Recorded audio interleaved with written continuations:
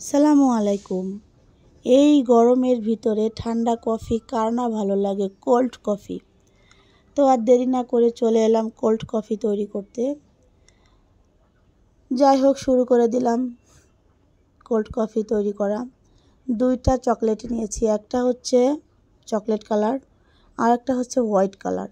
দুটাই dark chocolate. দুটো আমি ছুরির সাহায্যে কেটে নিয়েছি। ভালোভাবে বেশ খানিকটা চকলেট আমি নিয়েছি। চকলেটটা কাটাকাটি হয়ে গেলে আমি নিয়ে নেব 2 কাপ পরিমাপের দুধ। দুধটা আমি আগে থেকে জাল দিয়ে ঘন করে নিয়ে রেখেছি। তারপরে আমি দিয়ে দেব সেই আমার কেটে রাখা চকলেটটা এবং এর ভিতরে দিয়ে দেব দুধ কফি 2টা এবং দিয়ে দেব ব্ল্যাক কফি 2 প্যাকেট। দিয়ে আমি বরফ দিয়ে ভালোভাবে ব্লেন্ডার করে নেব। ব্লেন্ডার করে তারপর আমি পরে চিনি মিশাবো, কারণ প্রথমে আমি চকলেটটা যেহেতু ডার্ক সেহেতু আগে চকলেটটা দিয়ে ব্লেন্ডার করে নিয়েছি।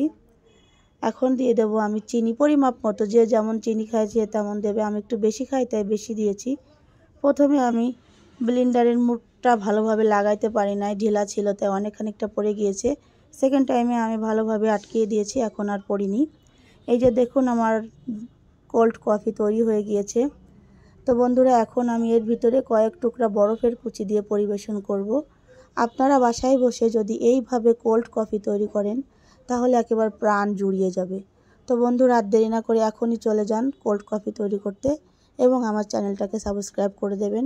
আমার জন্য দোয়া করবেন। সবাই সুস্থ থাকবেন, ভালো থাকবেন। সবার জন্য আমার পক্ষ থেকে রইল দোয়া এবং শুভকামনা। আল্লাহ হাফেজ।